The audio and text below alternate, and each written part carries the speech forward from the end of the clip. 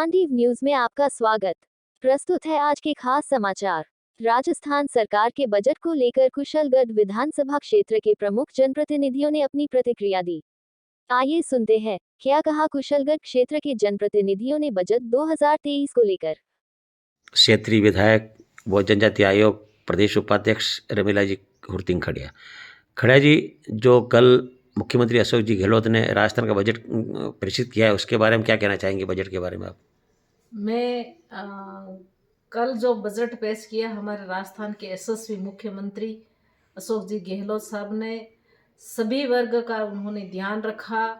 सभी वर्ग का ध्यान रखते हुए इन्होंने जो कभी सपने भी नहीं सोचा था वो चीज़ें राजस्थान में हुई। और मैं तो ये मानती हूँ कि हमारे कुशलगढ़ विधानसभा आज़ादी से कभी ध्यान देता नहीं था, पर जो बड़ी बड़ी जो चीज़ें हमको मिली है इस बजट में भी और इससे बाद वाले बजट में भी जो चीज़ें हमको मिली, हॉस्पिटल बड़े बड़े मिले, बड़े बड़े पुल मिले, रोड मिले।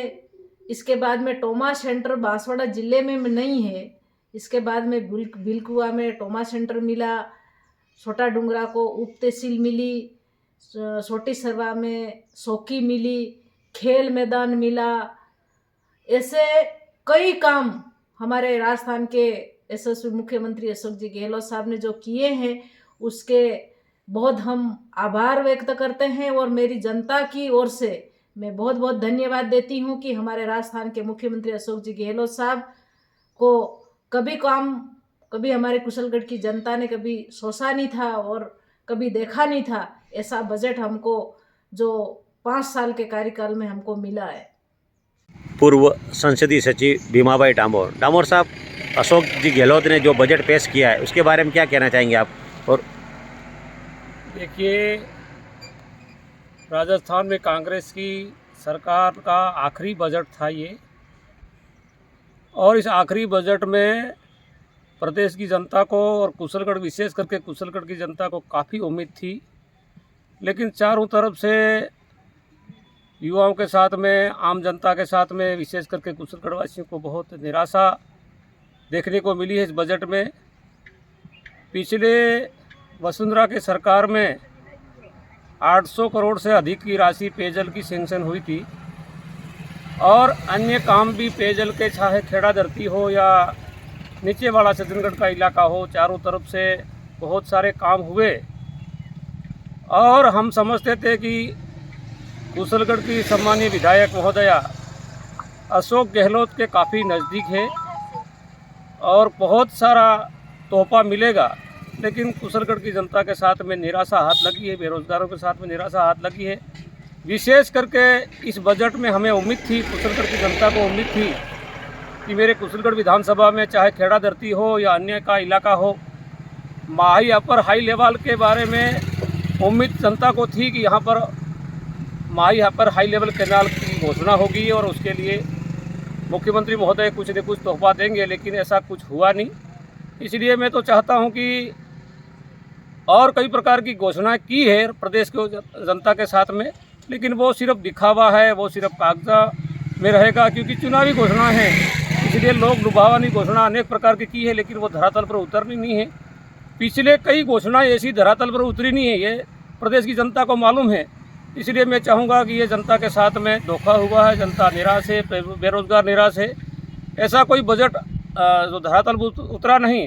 और जनता को उम्मीद थी कि पूरे हिंदुस्तान में सबसे अधिक वेट पेट्रोल और डीजल पे लगा रखा है। वो जनता को उम्मीद थी कि इस बजट में कम से कम जो वेट लगा रखा वो राजस्थान की सरकार, अशोक गहलोत की सरकार उस वेट को कम करेगी, लेकिन जनता को उसके भी निराशा हाथ लगी है।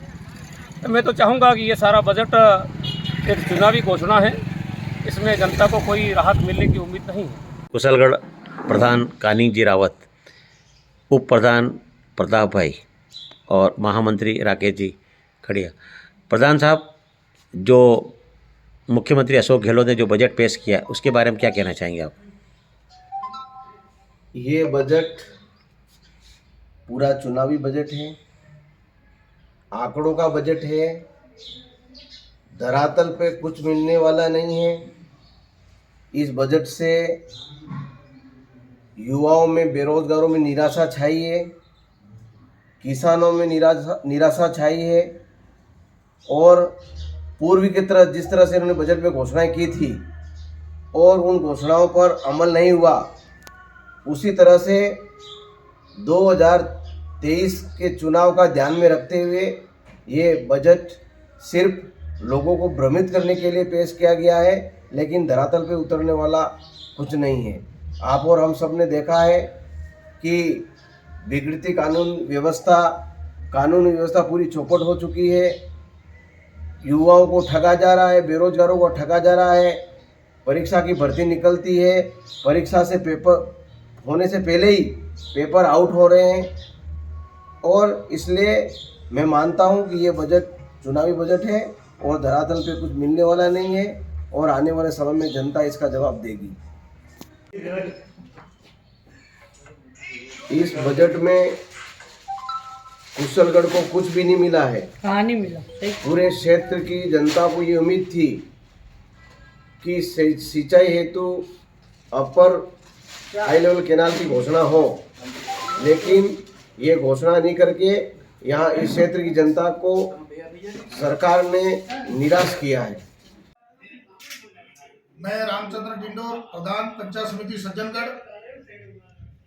2023 के इस बजट में राजस्थान के यशस्वी मुख्यमंत्री श्री अशोक जी गहलोत साहब ने हमारे विधानसभा कुशलगढ़ में वर्षों से जो जनता की मांग थी, ऐसे बहुत बड़ी बड़ी सौगातें दे करके, जिसमें जीवाखुटा में पीएससी, बिलकुआ में ट्रॉमा सेंटर, तांबेसरा में तालाब, अनास नदी पे बड़े बड़े डैम की घोषणा करके हमारे इस वागड़वासियों को सौगात दी है।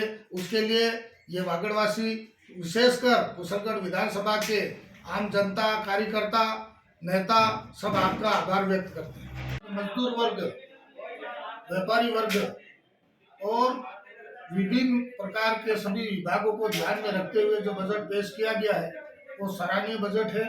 और हमारे विशेष करके मैं रामचंद्र डिंडोर सज्जनगढ़ प्रधान विधानसभा कुशलगढ़ में इन्होंने पीएससी, ट्रॉमा सेंटर, बड़े बड़े डैम जैसी सौगातें दी है। उसके लिए राजस्थान के मुख्यमंत्री श्री अशोक जी गहलोत साहब को मैं बधाई देना चाहता हूँ। एडवोकेट धर्मेंद्र जी कंसारा साहब, जो मुख्यमंत्री अशोक गहलोत जी ने जो बजट पेश किया उसके बारे में क्या कहना चाहिए, कुशलगढ़ क्षेत्र के बारे में?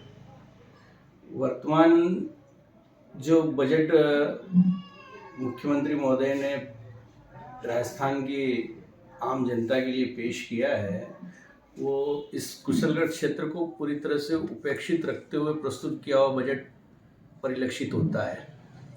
इस बजट में पिछली सरकार की 4 वर्षीय व्यवस्थाओं में जिस ढंग से इस कुशलगढ़ क्षेत्र को क्षेत्रीय विधायक के लगातार पुरजोर प्रयासों का लाभ दिया जा रहा था, वो इस बार पूरी तरह से उपेक्षित बजट नजर आता है।